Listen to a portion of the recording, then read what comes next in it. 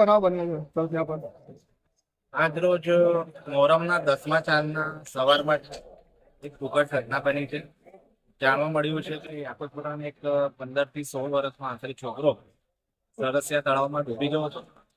એ છોકરાને જાણવા મળ્યું છે કે તરતા આવડતું હતું, પરંતુ કોઈક કારણસર એ વચ્ચે ગયો અને એ સવારનો ટાઈમ હતો ત્યારે ફાયર બ્રિગેડના જવાનો પણ રેડી થતા હતા અને જે કમિટીના જે તરવૈયાઓ છે એ પણ તળાવમાં નહીં ઉતરેલા. એ ટાઈમે આ છોકરાઓ તળાવમાં તરવા ઉતર્યા એટલે કદાચ એ તળાવમાં ફસાઈ ગયો અને બહાર નહીં આવી શક્યો.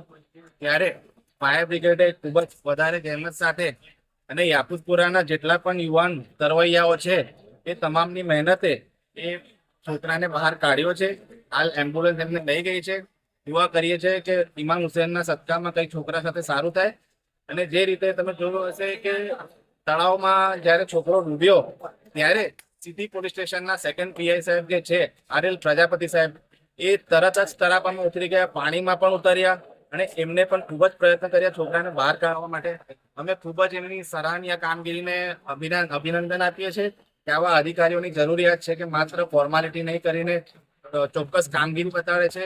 હાલાકી આ કામગીરી તો ફાયર બ્રિગેડના જવાનોની હતી, તેમ છતાં એ પોલીસ ઓફિસર થઈને પણ તળાવમાં ઉતર્યા અને પોતાની વર્દી અને પોતાની જીવનો ખ્યાલ નહીં કર્યો.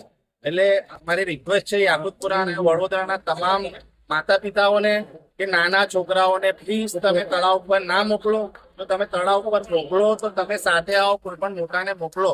જો આવું નેગ્લિજન્સી અને બેદરકારી બતાડશો તો એના લીધે તમારા છોકરાનો જીવ જાય એની શક્યતા રહેલી છે. એટલે તમને પ્લીઝ મારી રિક્વેસ્ટ છે કે બને ત્યાં સુધી તળાવ ઉપર નાના છોકરાઓને ના મોકલો. તમારું શુભ નામ? એડવોકેટ જુનેદ સૈયદ.